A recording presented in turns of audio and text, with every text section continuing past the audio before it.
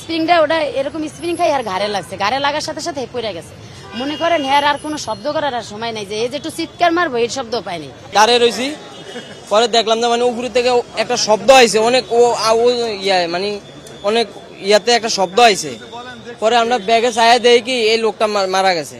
পরে আমি আয়াত ধরছি, লোকটারে ধরে ফেরাটা হাত দিছি, দেই লোক নাই, মারা গেছে। এই মেট্রোল স্প্রিংটা পরে আবার স্প্রিংকে আবার ওই লোয়ার ধারে গেছি গা, ওই ওই ওই ওয়াল বাড়ি গেছে, ওই যে ওই ওয়াল পরিয়া স্প্রিংটা পড়ছে, মাথায় পড়ছে, পরে স্প্রিংটা আবার স্প্রিং করে আবার ওই যে ওয়াল বাড়ি গেছে, ওই গ্যালাস ভাঙ্গি আছে, ওই দোয়ান বেড়ে যায় গ্যালাস ভাঙ্গি আছে। এটা দোয়ানদারের কথা আমি কইতি না, দোয়ানদার দেই না।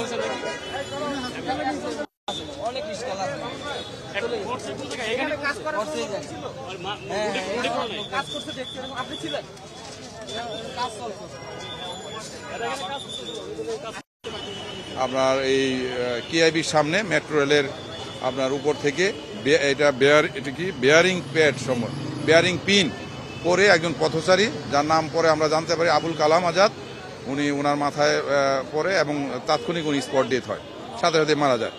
আমরা দ্রুত ব্যবস্থা নিচ্ছি, আমরা তাকে পোস্টমর্টমের জন্য পাঠাবো এবং পরবর্তী আইনগত ব্যবস্থা গ্রহণ করতেছি আমরা।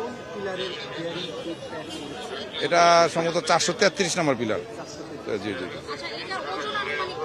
এটা ওজন প্রায় 50 কেজি হবে, প্রায় 50 কেজি।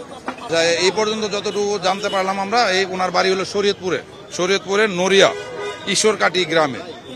ঈশ্বরকাটি গ্রাম, আবুল কালাম, পিতা জলিল চাকদার, মাতা হনুফা বেগম, সাং ঈশ্বরকাটি, নড়িয়া, শরীয়তপুর। এটা টেকনিক্যাল বিষয়, আসলে এই বিষয়ে আমার এত জ্ঞান নাই যেটা কেন খুলে পড়লো। হ্যাঁ, এটা একটা গুরুত্বপূর্ণ একটা জিনিস যেটা সারা মেট্রো রেল চলে না, সুতরাং এটার যদি খুলে পড়ে থাকে, এটা টেকনিক্যাল যারা সাপোর্ট দেয় তারা বলতে পারবে। পড়ে যাওয়ার পর কিন্তু আর কোনো শব্দ হয়নি, সাথে সাথে পড়ে গেছে, পড়েই মনে করেন চোখ দুটা বন্ধ হয়ে গেছে, নাক মুখ দিয়ে সমানে রক্ত বেরিয়েছে। পরে আরেকবার স্প্রিং খাইছে, ওই স্প্রিংটা খাইয়া হয়েছে পাশের দোকানটা আছে না, যে গ্লাস ট্লাস ভাঙ্গে হের গায়ে পড়ছে, হের গ্লাস ভাঙ্গে হের মনে করেন হাতে পায়ে, হ্যাঁ হ্যাঁ, হেও তালরা যেতে ভর্তি, পাশের দোকানদার হেও অনেক অসুস্থ, কাটতে গেছে আর পেট কেটে গেছে। ওরা তো হ্যাঁ হ্যাঁ, আর একজনের গায়ে বলতে আর একজনের দোকানে লাগছে, দোকানের গ্লাস ভাঙ্গে তারপর হের গায়ে লাগে না, গায়ে লাগলো তো হেও যাইতো।